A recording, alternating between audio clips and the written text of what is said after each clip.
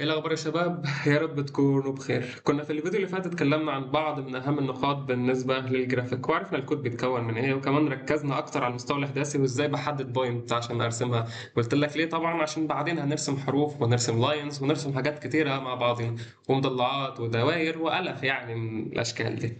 تمام. كمان ركزنا على اهم ميثود كانت بالنسبه لي اللي انا بحدد بيها الابعاد بتاعه النافذه اللي انا هشتغل عليها، بتاعه الويندو اللي انا هشتغل عليها، اللي هي كانت ايه؟ جي ال ار 2 دي. كمان عرفنا ايه البارامترز بتوعها. تمام. كمان رسمنا اكتر من بوينت على المستوى الاحداثي، وخلينا مثلا دلوقتي نشوف الكود اللي احنا رسمناه كان اخر حاجه، كان الكود ده. فناخده كوبي. تمام، ونروح نرن عادي عشان نشوف احنا ايه اخر حاجه وصلنا لها مع بعض. اخر حاجه وصلنا لها مع بعض كانت الشكل ده، اللي هو شويه بوينتس انا كنت بحددها وبرسمها مش اكتر، وكمان عرفت ازاي اغير الالوان وازاي اغير الباك. تمام. طيب، في نقطة برضو أنا ما كنتش وضحتها لك. أنا دلوقتي هنا مثلا في الأبعاد هنا أنا حددت لك من 0 ل 500، صح؟ اللي هو من الليفت للرايت، والبوتوم للتوب من 0 ل 500. يعني المفروض أنت تفهم إن الأبعاد معايا بالشكل ده. ثانية واحدة. تعالى نيجي هنا. افترض ان كأن الاربعه دي 400 والثلاثه 300 وهكذا، كان العدد هنا مضروب في 100. تمام، اختصارا يعني عشان دي كويسه ولقيتها فهنرسم عليها وسهل. فانا المفروض انا قلت لك من ايه بالنسبه السينات اللي هو من الليفت للرايت، من زيرو هتبدا من زيرو لحد فين؟ لحد 500. طب بالنسبه للصادات قلت لك منين؟ من زيرو ل 500. اوكي، فيعني هتطلع كده. فهيبقى معايا مربع بالشكل ده، وده اللي احنا حددناه، او ده اللي احنا عرفنا ازاي نحدد جواه البوينتس وازاي هنرسم. طيب انا لو قلت لك مثلا، لو افترضنا من مثلا بالنسبه للسينات من سالب 500 لحد 500، اللي هو من الليفت للرايت، يعني سالب 500 ل 500، هتعملها ازاي؟ باختصار عادي، الموضوع سهل وبسيط ومش زي ما انت متخيل اهو. منين؟ من سالب 500 لحد 500، من الليفت للرايت. طب بالنسبه للبوتوم للتوب برضو نفس الموضوع، من سالب 500 ل 500. تطلع معايا بالشكل ده، ويبقى معايا الحجم ده كله انا اقدر ارسم فيه عادي. تمام. طيب هسألك سؤال، لو انا كنت عايز ارسم في النقطه دي، كنا الاول بحدد ايه؟ السين والصاد. الموضوع عادي، فهتقول لي ايه؟ صفر وصفر. سهله وبسيطه وما فيهاش اي مشكله بالنسبه لك، ودي النقطه اللي كنت حابب اوضحها. برضو كان في نقطه ما وضحتهاش الى حد ما، بس اعتقد كانت مفهومه بالنسبه لك. هي كانت نقطه ايه بالظبط؟ هي النقطه بتاعت الجلاد كرييت ويندو. كيرو دي بتاعت ايه بالظبط؟ هي اسم الويندو اللي اتفتح قدامي. يعني لو بصيت هنا اهو، شايف اهو؟ ده الاسم بتاعها كيرو. يعني لو كتبت لك مثلا جي ال، فهو جي ال اهو، جي ال. تعال نرن ونشوف. بس يعني هو ده اللي انا كام نقطة ما وضحتوش. برضه غالبا كانت في نقطة تانية، يعني اللي هي ايه؟ انا ما فهمتكش انا عملت ايه هنا. الجي ال بجين والجي ال اند. طب دي باختصار ده زي ميثود انا بحطها وببعت فيها بارامتر الشكل اللي انا عايز ارسمه بعدين. في اكتر من بارامترز واحنا هنعرفهم دول بعدين مع بعضين. طيب، في الفيديو اللي فات انا ما قلتلكش ان احنا كنا هنكتب، لازم نكتب الجي ال فايبس، فده شيء طبيعي.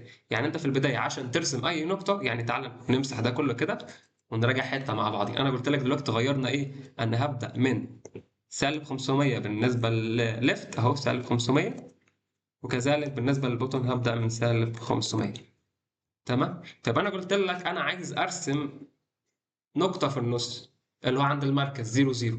طب هعملها ازاي؟ اول حاجه بكتب، ده شيء طبيعي في اي رسم برسمه، جي ال بي جي واند وفلاش، عشان ما انساش، عشان ده شيء اساسي عشان يطبع لي.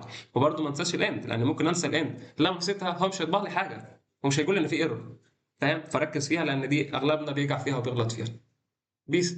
طيب خلينا نكمل. انا قلت لك ان جي ال بيجين عادي اهو، وهنا بحدد البارامتر او الشيء اللي انا عايز ارسمه بعدين. عندك حاجات كتيره. تمام، بس خلينا نبدا اول حاجه بالبوينتس. بالبوينتس، وكمان النهارده هيكون تركيزنا اكتر على اللاينز وازاي هرسمها، وكمان ازاي هرسم حرف الاي وحرف الام، وايه انواع اللاينز اللي عندي، منها الستراب واللوب، وايه الفرق اللي ما بينهم. تمام. وكمان هنرسم شويه حاجات كده، من ضمنها مثلا ازاي اعلمك ترسم خط على محور الصادات، خط على محور السينات، مش عارف قطر، قطر. الحاجات اللي زي كده هنمشيها مع بعضين. تمام. طيب انا دلوقتي قلت لك عايز ارسم نقطه، هرسمها ازاي؟ لو فاكر فجي ال فيرتكس. يعني هي حاجات جاهزه استخدمها على طول اهو، بعدين توقف.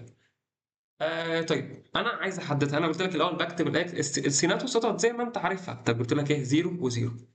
تمام، مفيش أي حاجه تانية كده، انت خلاص وزي الفل. طبعا ما تنساش تحط الاند بعدين. يبقى باختصار اول حاجه بكتب البيجن وبعدين الاند. اوكي. بس جوه البيجن انا بحدد الشكل اللي انا هرسمه. ما تنساش ان في سيمي كولون عادي، يعني انت ممكن تفكر لو افتح اقواس وكده، لا، سيمي كولون عادي. اوكي. بعدين فلاش عشان يطبع اللي انا رسمته، لان دي سنجل. اوكي. طبعا هنعرف السنجل والدبل اكتر فيما بعد. ماشي، انا دلوقتي رسمت نقطه والمفروض ان هي هتظهر في النص. طبعا البوينت سايز هو اللي بيحدد الحجم بتاعها. دي بقى طبعا probability من بتاعه البوينتس. خلينا نقارن عموما او نفس اللي شغال ده عشان ما يحصلش ايرور. فمن المتوقع ان هو اصلا هيطبعها لي في النص، او البوينت اللي انا اهو في النص، في نص الويندو بالظبط. يعني دي كانت مراجعه بسيطه وكانت مهمه لحد ما عشان ما تفصلش مني وعشان تبقى فاهم كل حاجه. طيب احنا تركيزنا زي ما قلت لك هيكون عن اللاينز، فخلينا ابدا معاك. ايه الفرق ما بين اللاين والبوينت؟ تعال نروح للرسام بتاعنا اهو. انا دلوقتي لما اقول لك هرسم بوينت وانت بتقول لي اه بوينت عادي، تعال نكبر الخط برضه عشان يبقى واضح. مش للدرجه دي يا جدع. ادي بوينت عادي نقطه. طب لو عايز ارسم لاين، لو عايز ارسم لاين هتقول لي مثلا انا بحدد نقطه بدايه ونقطه نهايه، وتحط لك حاجه لسه كده بقى لاين، صح؟ يبقى انا في اللاين عشان ارسم لاين كل اتنين بوينت او كل اتنين فيرتكس بيساوي لاين. لسه ما وصلتش؟ تعال نفهم الدنيا مع بعض. طيب تعال نبدا بمثال عشان نطبق عليه ونفكر مع بعض. انا دلوقتي همسح ده، ادي المستوى الاحداثي ونفس النظام اللي قلت لك عليه، افترض ان الواحد 100 وال200 200 وهكذا عشان نرسم صح. تعال نصغر السايز شويه لان هو كبير كده اهو بالشكل ده. انا لو قلت لك عايزك ترسم لي مثلا لاين من هنا لهنا، يعني شايف دي 200 ودي 200. فهمت حاجه؟ لا. اول خطوه هنبدا بيها وهي ان احنا هنحدد البوينتس اللي انا هرسمها. تعال نجيب لون مختلف كده عشان نميز. اي لون يا جدع يعني اهو كتير. نصغر شويه، مش للدرجه دي. هنا بالنسبه للبوينت دي تتوقع إيه؟ انا اول حاجه بكتب ايه؟ محور، بكتب الاكس محور السينات. طب الاكس هنا ايه؟ الاكس هنا زيرو. اوكي، فهكتب زيرو. طيب كوم. عايز الصادات، الصادات ايه؟ الصادات 200، فاكتب ايه؟ 200. تمام. يبقى زيرو و200. طب بالنسبه للنقطه الثانيه السينات لسه زي ما هي، انا ما اتحركتش يمين ولا شمال، فزيرو. تمام. طيب بالنسبه للصاد، الصاد انا نزلت ماينس 2 او نيجاتيف 2، 200. بس انت كده حددت النقطتين. يعني لو كنت كاتب بوينتس ورسمت تعال اقول لك تعال نرسمها بوينتس وبعدين نعملها لاينز. انا عايزك تعمل النقطتين دول. تمام، تعال نعملهم. احنا حددناهم ورسمناهم. اهو. اول حاجه اول بوينت احنا قلنا منين لفين؟ من زيرو لحد كام؟ 200، صح؟ تعال نكررها تاني ونغير اشاره. عندك اعتراض؟ مفيش ادنى اعتراض، يعني ما فيهاش اي فكره ولا اي حاجه تاني، فتعال نرن. اهو ده بالظبط نفس الاماكن اللي انا حددتها، صح؟ يعني لو بصيت اهو، لو رجعنا هنا نشيل دي، اهو تقريبا يعني اهو لو بصيت بنفس الابعاد، لان الويندو هتلاقيها بنفس ابعاد دي. انا عاملها ايه؟ من سالب 500 ل 500 وبرده من سالب 500 ل 500. هي بيس. طب انا عايز اوصلهم بعضين. الحاجه الوحيده اللي انا هعملها ان انا اخليها بدل جي ال لاين بوينتس، خليها ايه؟ لاينز. انا اعملها مع بعض اهو. ده خليها ايه؟ لاينز. بس مفيش اي حاجه تانية. طبعا ما تنساش تفصل الابلكيشن اللي انت شغال عليه عشان ما يحصلش اي ايرور. اهو واضح. بس لو لاحظت ان هو صغير او رفيع، بس كانت البونز كبيره ليه؟ لان كل حاجه برضو كل شكل ليه بروبرتي خاصه بيها، خاصه بالسايز. فهنا مثلا انا دي اسمها البوينت سايز. لا، عندك الثانيه بالنسبه لللاين، فاللاين اهو جي ال لاين ويت وتحدد مثلا انا عايزه 20 برضو. ما انساش السيمي كولون طبعا. تعالى نفصل الاب. طبعا دي من ضمن البروبرتي اللي انت لازم تكون عارفها. بس ايه رأيك؟ الموضوع لذيذ ولطيف وظريف. طيب تعالى لو قلت لك نعكس بقى، انا رسمت على الصادات، عايز ارسم على السينات بقى. اهو برضه نروح لنفس المكان اللي بنرسم عليه. تعالى نحدد ونرسم. انا عايز احدد، لا تعالى نكبر بقى من 300 لسالب 300. هترسمها ازاي؟ برضه انت نفس الموضوع محتاج 2 بوينتس. فتعالى نحدد اهو اي لون كده عادي. طب النقطة دي هتساوي ايه بالظبط؟ أول حاجة ببدأ بمحور السينات. طب السينات يبقى هنا سالب 300. طيب بعدين بالنسبه للصادات، هل انا طلعت فوق او نزلت تحت؟ لا، في زيرو. تمام. طب هنا هتبقى كام بالظبط؟ في المكان ده هتبقى ايه؟ 300 محور السينات، وزيرو للصادات، لان انا ما طلعتش فوق ولا تحت. تمام. طيب تعال نرسم اهو. تعال ننزل، ناخد واحد كوبي كده ونعدل عليه على طول. هبدأ قلنا منين؟ من 300 لايه؟ وزيرو. وبالنسبة للنقطة التانية سالب 300 وايه؟ وزيرو. تمام. هي عامة هي صح، ما فيهاش أي حاجة غلط، بس برضو كإثبات تعالى نرن.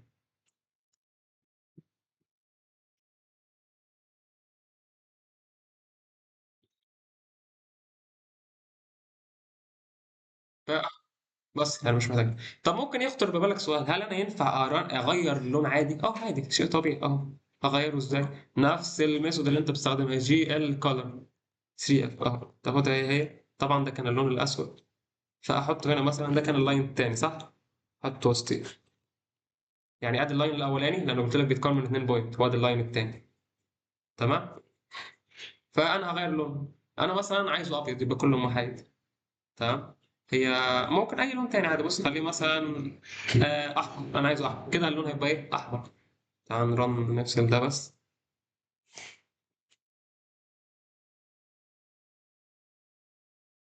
بس ايه رايك؟ عادي يتغير. طب اسالك سؤال دلوقتي، تفتكر لو انا مثلا يعني حطيت بوينت عند مثلا، لا تعال نشوف الرسمه طيب. انا حطيت بوينت مثلا، عايز احط في النقطه دي، النقطه دي هتحددها لي كام؟ هتقول لي 100 100 صح؟ ادي 100 بالنسبه للسينات، وادي 100 بالنسبه للصادات. فانا لو عايز ارسم نقطه هنا 100 100. بس انا حاططها جوه ايه؟ الجي ال لاينز. برأيك يعني تتوقع ايه اللي هيحصل؟ تعال نكرر دي كده، ننزل سطر، ادي حطيت كام؟ قلنا كام؟ 100 وادي 100. تتوقع ايه اللي هيحصل؟ هل هتظهر بوينت؟ ولا هل مثلا هيعمل اي حاجة هو من عنده ويكمل اللاين؟ ولا مش هتظهر اصلا خالص؟ طيب هو اللي هيحصل ان هو مش هيظهر، لان انت عارف ان كل لاين مكون من نقطتين، ده شيء اساسي. انما هنا انت حطيت نقطة واحدة، طب فين النقطة التانية؟ انا هجيبها لك من عندي يعني ولا فين؟ فلو رنيت لا، مفيش اي حاجة. ليه؟ لأن أنا حطيتها جوه إيه؟ يعني المفروض كانت تظهر هنا صح؟ يعني لو عملتها لك بالبوينتس فهي تظهر في المكان ده اللي أنا معلم لك عليه. إنما هنا لا، أنا حاططها جوه جي ال لاينز صح؟ فمش هتبقى. تعالى برضه أوريك حاجة تاني اللي هي بتاعت اللي هي الاند أساسية، لأن أنت ما حطيتهاش، هو مش هيقول لك إن في ايرور، بس هو مش هيرسم. أنت ممكن تدور على الغلط، أنت مش فاهم الغلط فين، هو ما رسمش أصلا. فاهم؟ فدي حاجة أساسية. طيب انت ممكن تقول لي انا عايز ارسم البوينت، انا اعمل ايه طيب؟ اقول لك عادي، انت ممكن تستخدم جي ال بجين تاني، بس هتعمل ايه؟ هتخلي الجي ال بدل لاينز هتخليها ايه؟ بوينتس. الموضوع سهل اهو عادي.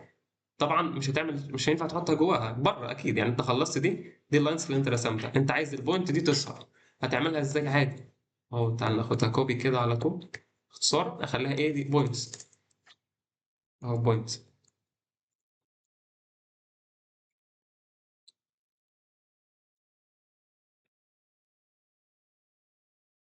تمام. وادي الاند اخدها برضه، هي مفيش اي فرق، وادي النقطه دي هتترسم في المكان اللي انا علمت لك عليه بالمؤشر من شويه. فتعال نرن ونشوف ايه اللي هيحصل. طبعا هي المفروض كانت تترسم، بس هي غريبه. ممكن ايه الغلط فيه؟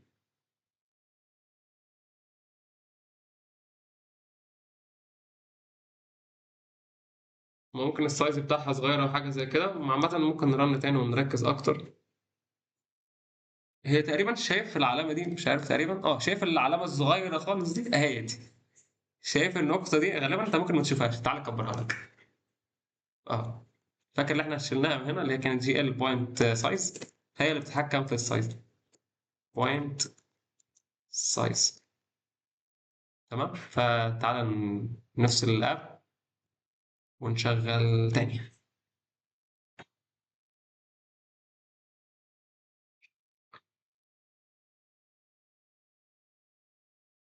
ترن طب ولا ايه طيب؟ وضحت كده. يعني هي الفكره ان هي كانت صغيره جدا فما بيناش، لان دي القيمه الديفولت بتاعته. فغالبا بيخليها اصغر حاجه، يعني زي ما شفت مثلا اللاين في الاول لما رسمناه كان رفيع جدا. نفس الموضوع برضو بالنسبه للبوينت. يعني ما تتخضش لما ما تلاقيش نتيجه اصلا، هي اكيد هي موجوده بس هي صغيره فانت مش شايفها. دي الفكره كانت. طيب ممكن نعمل ايه تاني؟ تعالى نرجع حاجة. لو قلت لك انا عايز ارسم قطر مثلا، تعال نكبر شوية من النقطة دي لحد ما يقابلها من النقطة دي هناك، يعني عند ال 400 اهو هنا. تعال اول حاجة نحدد البوينت. البوينت دي هتبقى كام؟ تعال نغير اللون برضو اهو. تعال نغير اللون. غير اللون. هنا النقطة دي ثانية، لو ركزت بالنسبة لمحور السينات فهو 400. يعني اكتب كده اهو. ارجع يا جدع، في كنترول زد شغال حلو. ادي 400. تمام. طيب بالنسبة لمحور السادات كذلك الأمر 400. تمام. طيب لا، تعال نروح للنقطة الثانية. أسألك سؤال حلو بعد النقطة دي، ركز معايا بقى. هنا النقطة دي بالنسبة لمحور السينات فهي سالب 400. بالنسبة لمحور السادات برضو نفس الموضوع، سالب 400. يبقى باختصار 400 400 سالب 400 سالب 400. أوكي. هنرجع هنا أهو، فنفس عادي إحنا هنستخدم نفس الموضوع ده أهو. قلنا من 400 لكام؟ 400. ومن سالب 400 إلى سالب 400. تعال نرن. يعني هو الموضوع مش محتاج صراحة، بس ممكن نضيف حاجة تانية، إن إحنا مثلا نغير اللون. تعال نخليه أبيض. أبيض يبقى نخليهم كلهم إيه؟ كلهم وحيد. تمام. هل عندك اعتراض؟ لا أكيد لا.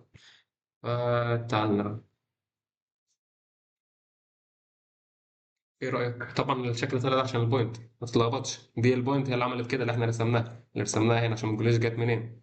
أهو. إحنا رسمناها في الأول. طيب هسألك سؤال. تفتكر لو عكسنا دي، طلعناها فوق هنا، هل البرنامج هيغلط او في حاجه غلط هتحصل؟ يعني برايك ايه اللي هيحصل؟ هل في غلط؟ هو الحقيقه مفيش غلط نهائي بالنسبه للمثال ده، بالنسبه لللاينز مفيش ادنى غلط. تمام. الغلط بعدين في الترتيب هيفرق معاك امتى؟ بالنسبه للستريب وبالنسبه لللوب. لان هو باختصار كده، يعني عشان ما احرجش عليك، هو بيوصل النقط ببعضيها. فهمت؟ طيب اوكي. يعني احنا ممكن نكمل فكره الستريب واللوب والحروف دي، نخليها بعدين لان الفيديو طول جامد، ما خدتش لي بالي صراحه يعني. فخلينا نكمل.